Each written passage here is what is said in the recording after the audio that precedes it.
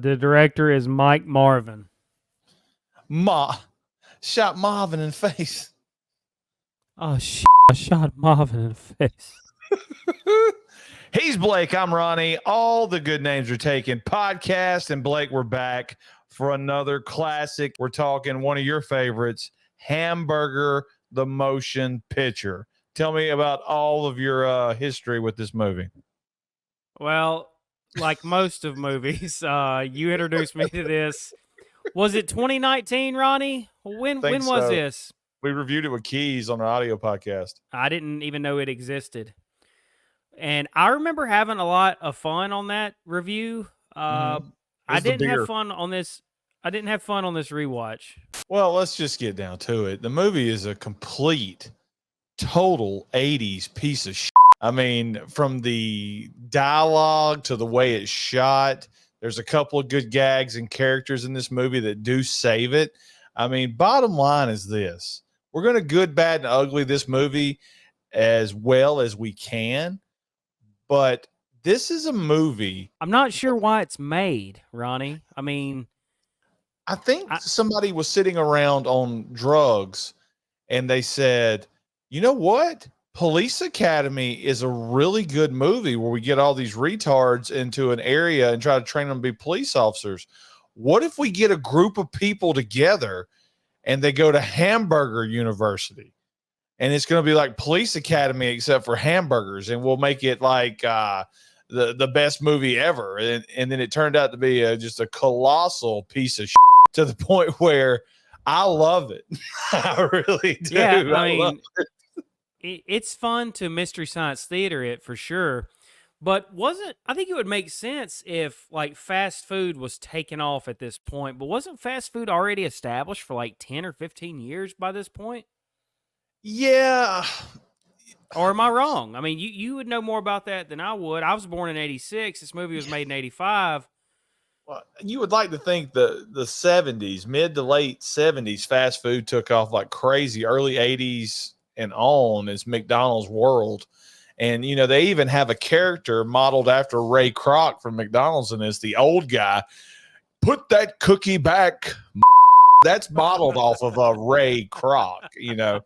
So there's just a lot of stuff here, man. Like, was a Hamburger University really a thing? I looked it up, and yes, like McDonald's used to send people to a college to learn how to run their own branch of a McDonald's. So, I mean, Hamburger School was a real thing, Blake. Does it change anything in this movie if they're able to call it McDonald's University? No, I mean, not unless they change the writing. Okay, here's a better question, Blake. Better hamburger movie. And I know what you're going to say. Hamburger the Motion Picture or Mac and Me?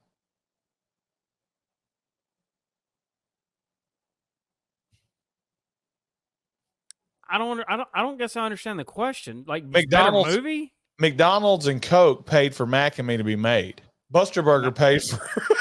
I don't understand the question, but I like Mac and Me more by a goddamn mile. Well, this movie starts off with the main character. You say his name's like Lee McCloskey. His name, if there's ever a character, his name should have been Meat. It was the main character of this guy. So throw up Lee McCloskey's picture right now, Ronnie. I have a feeling, and I think Nick Push would agree with me, this is a very good-looking guy. I need someone to explain to me in the comments, and Ronnie, I need you to explain to me, why wasn't this guy a star? He stole the show in Hamburger the Motion Picture. He stole the show in Just One of the Guys when he showed up at Terry's prom and said, "Hi, I bet you're here with someone else, aren't you?" I think he is fantastic, but these are the only two pitches that I've seen him in, Ronnie. Why wasn't this dude the dude? Well, I mean, let's pull up his IMDb real quick. I'm thinking right now, he was 30 years old in 1985, Ronnie. And I think I was wrong. This movie wasn't made in 85. Just One of the Guys was made in 85. No, this movie was made in 86. I should have corrected you on that. What could he have been in? Why wasn't he one of the alpha betas in Revenge of the Nerds? He could have played Bert. He would have been perfect. He could have been in so much in the 80s, and I just don't understand why he wasn't. Oh, okay. Well, I can understand. He did 43 episodes of Young and the Restless. Oh my goodness, he didn't do shit. You think we could have? You think we could Oh get him wow. on and ask him where it went wrong? This is actually one of the movies I've been looking at for us to review. Fraternity Vacation. He's in that. This is a lot like Hamburger the Motion Picture. Yeah, I think Hamburger the Motion Picture pretty much did it. He was in nothing. He did 46 episodes of Dallas. So I guess technically he was in a. Oh, okay, Blake. He went the route of soap operas. He did Dallas, which was from 1980 to 88. He did 46 episodes. He did 250 episodes of Santa Barbara as Dr. Zach Kelton. So, and to be completely honest, he comes off like a soap opera type guy with the way he talks, and he's all over enunciated. He did 65 episodes of General Hospital. So that's where he made his money, Blake. He took his good looking ass and Young and Restless, he did 43 episodes. So he went the soap opera route, but that doesn't answer your question of how this guy didn't make it big. And, you know, maybe he was tired of doing titty movies and he decided, hey, you know what? I'm just going to go do soap operas instead. But you're absolutely right. He's got great delivery. He looks great. I don't know why he wasn't an 80s star. Look, Blake, I know you're soured on this movie. You can tell. But when a movie starts off with a great soundtrack, I mean, come on, Blake. This is a top 10 opener for, I mean, at least the opening of this movie was really good. And you got to admit, the songs in this movie, as silly as they are catchy and they stay with you after you've watched it. Now, I don't have the Buster Burger theme pulled up because it was a bitch to try to download, but the McDonald's, Buster Burger is the name of the McDonald's in this movie. Everybody loves Buster Burgers. They've got the monopoly on the fast food industry. Russell, for some reason, Blake, before we get to this music, the plot of this movie is Russell is so damn... Explain the plot. Russell, here comes the plot explanation. Russell is so damn sexy that he can't go to college without everybody trying to rape him. We start this movie off and he is in the girl's shower just smashing one of these women when, of course, Mother Hen wanders up and all I could think about was Booger. Step aside, Mama. And she starts screaming. So they send him to the school therapist, and the school therapist or the counselor or whatever she's supposed to be, he's so good looking, she gets naked. And that's when he gets kicked out of school, which leads to the best scene in the entire movie, which is Russell's dad. And this is one of my goods. Russell's dad choking the shit out of him, ramming his head back and forth on the couch while the mother screams, "You're going to kill him." It is absolutely great. And you find out that Russell's grandfather has left him over $250,000 in his will. And the only qualifications that Russell has to get this money is to have a degree from a university. And obviously he's been kicked out of 6 universities so far. So he sees a loophole to join Hamburger University and get a degree there so he can get his inheritance of $250,000. There's your plot. How can you not want to watch that movie? Yeah, sounds good on paper. That and Dick Buckus is in it and he calls it. Yeah. Clam it, Dark Breath. You're on Buster ground. You read me? I think so, sir. That's got to be, you got to think that that's part of Butkus's contract negotiations when he takes a movie. I've seen 2 movies with him in it. Both movies, he calls someone a How about they borrowed from Blazing Saddles and they had the old woman say, "F off, pickle." I didn't know that. I'm afraid I don't understand that. I missed that whole thing. I want Michael J. Fox in the future. So here's the deal. The whole movie is like we said early on, it's pretty much Police Academy with a bunch of just wild characters wanting to be Buster Burger employees, wanting to own their own franchises. And Russell's there to try to get a degree and not have women molest him. But, I mean, as soon as he's there, the Mexican tries to rape him automatically. Her name is Guacamole because I know that because Dick Butkus tells me, "Holy guacamole." Says here you're from Guacamole. You look like you're from Guacamole. Dick Butkus plays the drill instructor. Okay, Dick Butkus is foul. Dick Butkus would have been great in what's the movie where Private Pile kills himself, Blake? Stripes? Full Metal Jacket. Dick Butkus would have been great as the drill sergeant in Full Metal Jacket. That's how serious he's taking his role. He's got like a whip or some shit. They show his car 50 times throughout the movie, and he's like really cheap. They show his car that he's really proud of, so you know something. It's the 80s movie, so you know something's going to happen to that car. It's a piece of car, too. He's so proud of it. This movie's really racist. They bring a guy named Magneto Jones, and I'll get to him in a minute, Blake. Magneto Jones is brought up in handcuffs because he's the black character, and Buster Burger is being investigated because they don't have a black owner for a franchise. So they're forcing him from jail to go through this program, and they're going to give him a franchise so they won't get in trouble. My, how times have changed. They even have the Rico Suave character. His name's Fred in this movie. But you remember the Latin guy in Police Academy, Blake? I know you've never seen it, but there's a Latin guy that you find out at the end of it is just a regular white guy pretending to have a Spanish accent. In this movie, they got Fred, who's I don't know why he's there. They sneak him in. And he's got like snacks and condoms as underwear. And he does contribute the best part of the movie when he goes down on Ray Kroc's wife in the Chinese restaurant. In the restaurant, yeah. That was literally the best scene in the movie, besides Butkus calling Magneto Jones a. Then you have the character of Tigger from Roadhouse.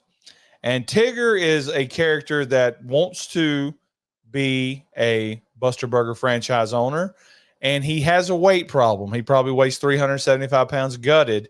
But he has a strategy, Blake. Every time he gets hungry, he has a battery pack strapped to him like Data from the Goonies, and he shocks the shit out of himself to keep him from eating.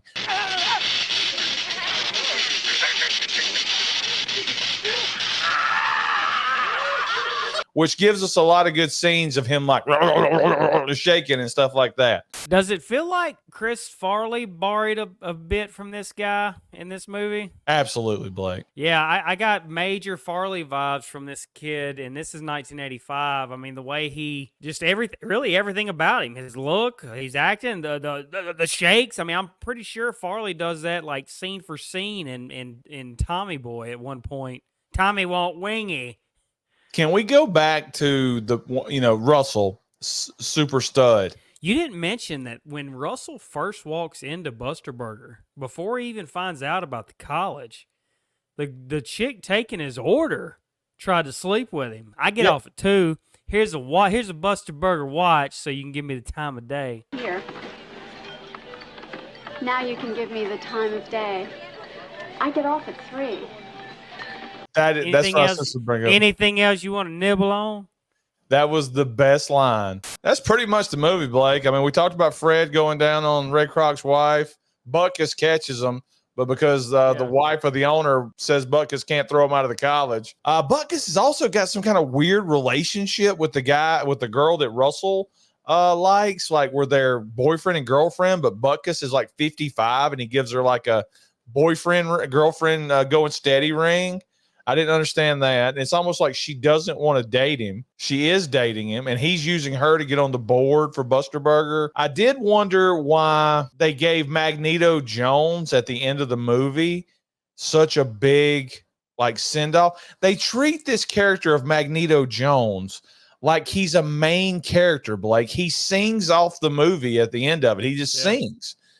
But he doesn't do throughout the movie. It's almost like they let him be the second lead, and then they watched it and they were like, holy shit, this guy's bad. And they cut all his scenes out except for I've already said that Fred, Ray Kroc's wife, was the best scene.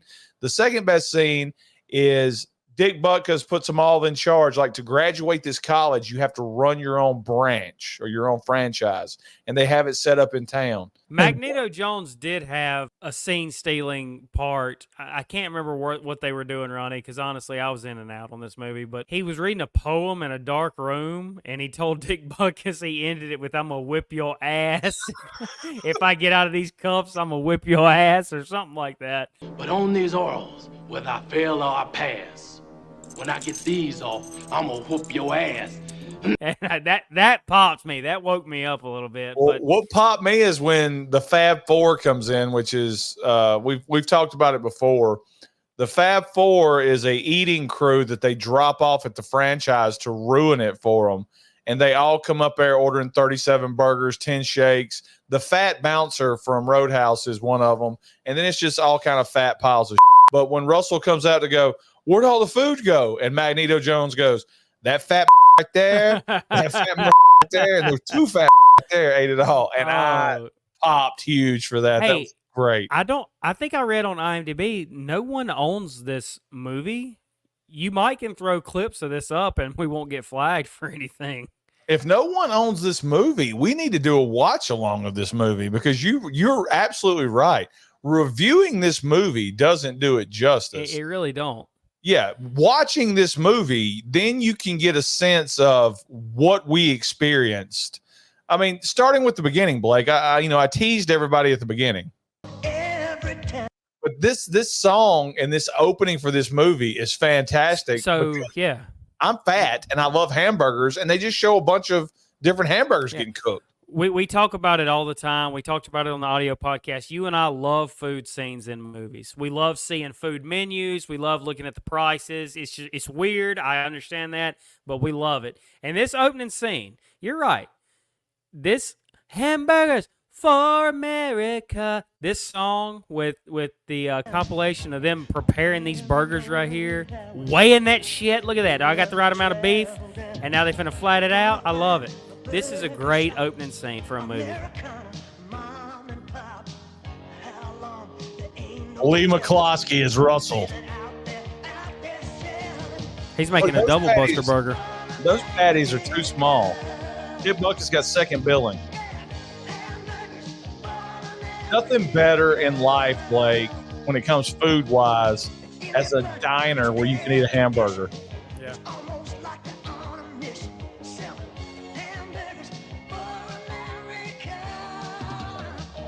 Anyway, You brought up the head fat guy. You know, he's in Roadhouse. He's in the Cheerleader Massacre movie. we got to put that on. We got to put that on the books for October. He's in Batman Returns. Our quest to find Travis McKenna is still out there. If anybody can help us find him, we would like to interview him and ask him some questions. You got to figure by now, like the diabetes he's got no legs or arms. No, Come well, on. I mean, as long as he can talk into a microphone, that's all I care about. Can't mash the button. Come on. Come on. What I about wanna the know asshole everything. gets turned into a? What about the asshole gets turned into a chicken? You didn't even watch that part, did you? No, I know that part, and that leads to the nun being the face of the franchise. I know. It's just It's tasty, by God. Tasty, by God.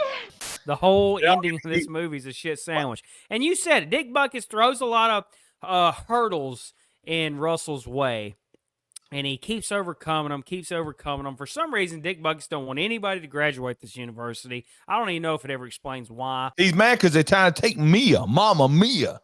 Russell knocks him out of the park 1, 2, 3. These hoes try to get on him. He keeps saying no, because if you have sex at Hamburger University, you're out. Meanwhile, he's in love with the farmer's daughter, or whatever you want to call her. Ray Kroc's daughter, billionaire's daughter. The very last test is a test run of a restaurant, which I don't really understand. Is this restaurant open all the time? I mean, or is it just whenever they do stuff like this? And if that's the case, how do people know to stop there? I mean, Open time. It's randomly open today. It's been closed for 6 months, but all the fat asses come in, destroy the restaurant. We get a great speech from Russell to rally the troops, and they clean that shit up. The owner shows up, sees all the money, sees the success, sees the hard work, and everyone graduates. And Dick Butkus gets a demotion. That would be great if that's how the movie ended, but that's not how the movie ended. That's how it ended for me. That's not how the movie ended at all. Russell does give a big speech, but that leads to him putting industrial strength laxatives into the Fab Four's drinks, and he calls them all to run into the bathroom to have to shit at the same time. And then they all fart, and it blows the side of the building up. A smile, everybody!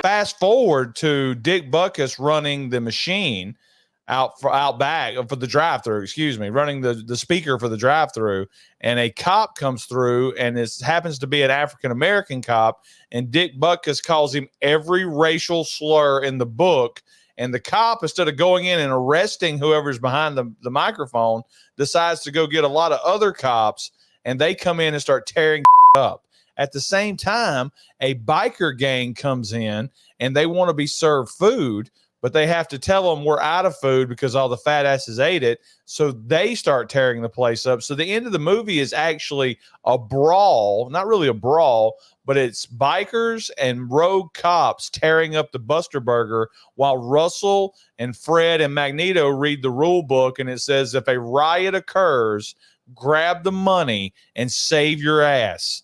That's what it says. And then at the end, Ray Kroc rolls up to this destroyed Buster Burger, and here comes Dick Butkus in to go, I told you they couldn't run it. Somehow a truck full of chickens that Mexicans were driving ended up running through the Buster Burger, and the chickens landed in the grease. And while they're sitting there getting fired or kicked out of Buster Burger, the nun reaches over and pulls one of these chickens out that hasn't been degutted or anything like that and takes a bite off it and goes, God, that's good. And Ray Kroc decides that's going to be their new slogan.